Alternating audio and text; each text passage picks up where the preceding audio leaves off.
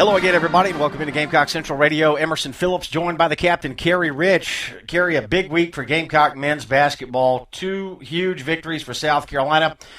Win over Texas A&M on the road this past Saturday, and then last night, the 11-point victory over LSU. And the Gamecocks are now tied for first in the SEC. Carey, and the remainder of the year, things are looking very bright for the Gamecocks. We've got 7 games left in the regular season.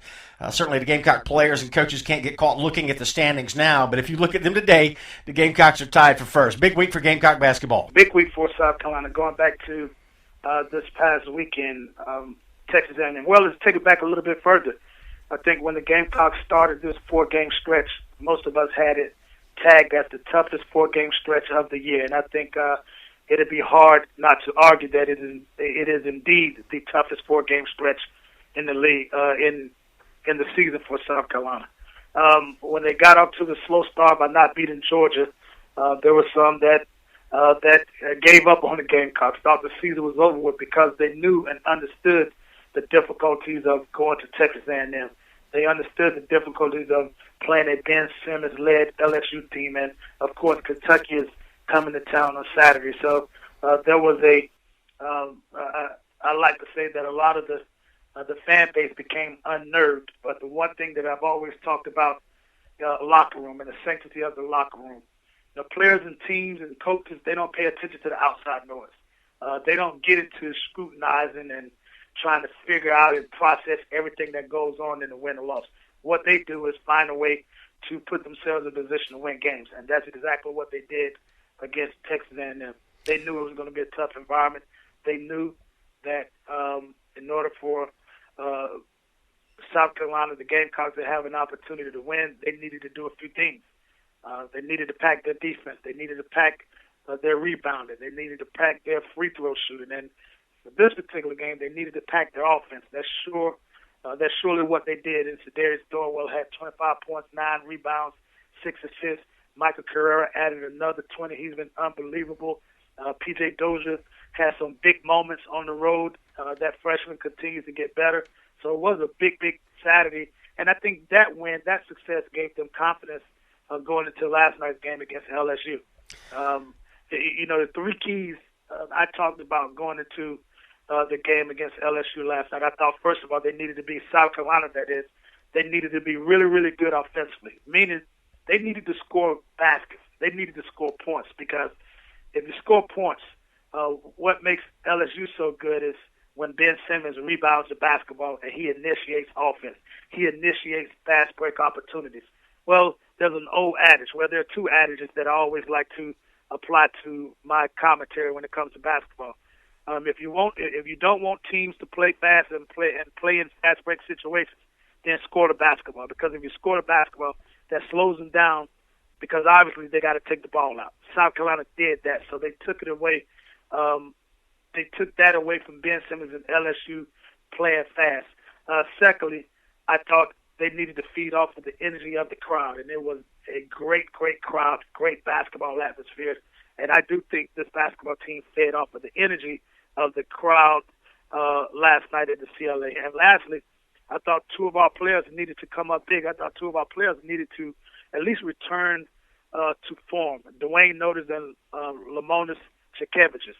With Lamonis, no, he didn't have great numbers statistically, but he provided a presence. Chris Silver, the game probably was a little bit too fast for him. Stage was just dynamics weren't with him last night. So we needed a presence from Lamonis, and he provided that presence, played with a little bit more confidence. And Dwayne Notice hit a few timely jump shots, had 15 big points, and I thought that was the difference. And you look at my 3 keys prior to last night's game, I like to say that all 3 came to fruition, and those were some of the reasons that the Gamecocks were able to get it done last night. Yeah, tremendous atmosphere at the Colonial Life Arena last night. The Gamecocks a winner over LSU, and South Carolina now tied for first in the SEC at 8-3 in the conference. Kentucky and LSU are also at 8-3. Florida, Texas A&M 7-4. Georgia and Vandy are 6-5, and everybody else is below 500. 7 games left in the regular season for the Gamecocks here, Carey. Let's talk about Sindarius Thornwell for a moment. He had 25 points in the win at Texas A&M on Saturday, backed that up with a 24-point performance last night in the win over LSU. Carey, he had struggled with his shot a little bit, a couple weeks prior, but he really seems to have found himself in these last 2 games. Talk about his improved play. Well, I don't think it's improved play. I think Sindarius is being Sindarius, and Sindarius is just not making shots. He's always done, even when he wasn't scoring points, he was always doing the other things. He was always filling up the stat sheet. I think that's where so many people are misled when it comes to Sindarius. They expect Sindarius to get 20 to 25 points every single night. That's not who Sindarius is. Sindarius is not a great scorer. He's a really good basketball player that knows how to play the game. He plays the game with a tremendous feel. He plays the game with a tremendously high basketball IQ. He's a guy that understands how to play, and that's why Sindarius is playing so well. And he's found a way to lead others now. He's put his arm around P.J. Dozier. He's helping P.J. Dozier get through those rough patches, through those rough moments that freshmen go through, regardless of how highly touted you are. So I don't think Sindarius is improved. He's just making shots because he's always done the other things, but he's doing the other things. Not only is he playing and this is something I think, fans need to understand. This guy plays all 3 positions on the perimeter, and he does it at a very comfortable level. You have a lot of guys at this level that can't even play their one position at a comfortable level. He plays all 3 at a very comfortable level, and he also finds time to guard the opponent's best perimeter scorer in crucial moments of the game. And he still finds a way to fill up the stat sheet from left to right. So early on, he received some criticism.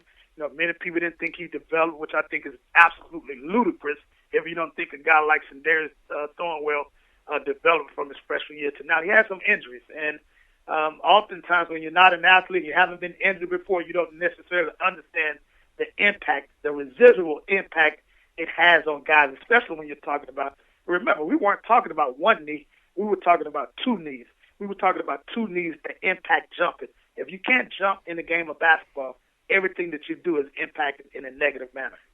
Gamecock Central Radio, Emerson Phillips with Carey Rich talking men's basketball here. The Gamecocks now 21-3 on the year and 8-3 in SEC play and tied for first in the conference standings right now. We invite you to download the free phone apps that allow you to listen to Gamecock Central Radio on your phone. We've got an iPhone app, an Android app, and we're on iTunes. Just search Gamecock Central Radio for all 3. Carey, the Gamecocks went deep onto the bench last night, and this is something I wanted to talk about with you. Frank Martin is really pushing the buttons good with this team right now, and we saw the Gamecocks get into a little bit of foul trouble in the second half. We saw some new players, maybe some names that Gamecock fans might not be very familiar with, come in and make a major contribution last night. Raymond Doby played big.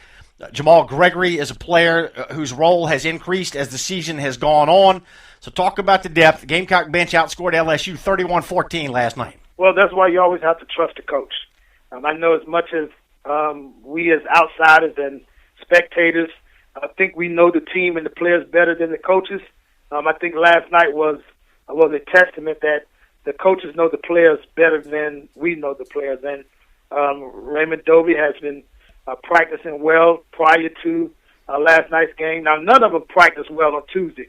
The team didn't practice well at all on Tuesday, but Raymond had been practicing well, and Jamal Gregory is slowly coming along. And I know we've seen some fantastic dunks. We've seen some highlights, and we've found a way to appreciate the athleticism, but he's still learning how to play more than one play. Frank's charge to him is make more than one wild play. Give me more than just one wild moment, because that one wild moment that you're a part of may also be the one wild moment that goes against us as a team. So I got to get you to understand every possession. I got to get you to concentrate on details that come with every possession, and he's slowly getting there. But I thought both played well last night, and then in crucial minutes, especially with a couple of key guys being in foul trouble. You can get breaking Gamecock news alerts delivered to your email inbox. Just text USC to 42828. Text USC to 42828, or check out the Gamecock Central homepage for more information.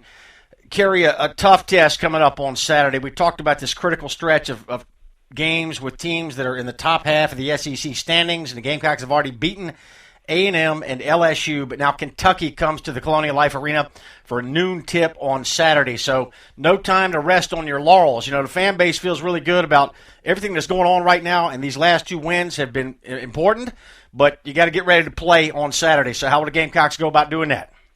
Well, the Gamecocks will be ready, and as I happened to be around the team a little bit last night, and I can just tell you that there wasn't a lot of celebrating. There wasn't a lot of over-the-top emotion with regards to, beating LSU. They didn't. It just wasn't a lot of celebrating. They weren't over the top. As a matter of fact, in Frank Martin's post-game wrap-up, he talked about working harder to make sure they don't return to that status that they once were at when they were barely winning games and they were on the other side of winning, and it wasn't a fun time. It was ugly. It was uncomfortable, and nobody wanted to be a part of it. So that was Frank Martin's charge to the team right after the game. And I can promise you, without being at practice today, the practice is probably very, very intense, and none of us would be able to tell that they're coming off of a big win against LSU last night.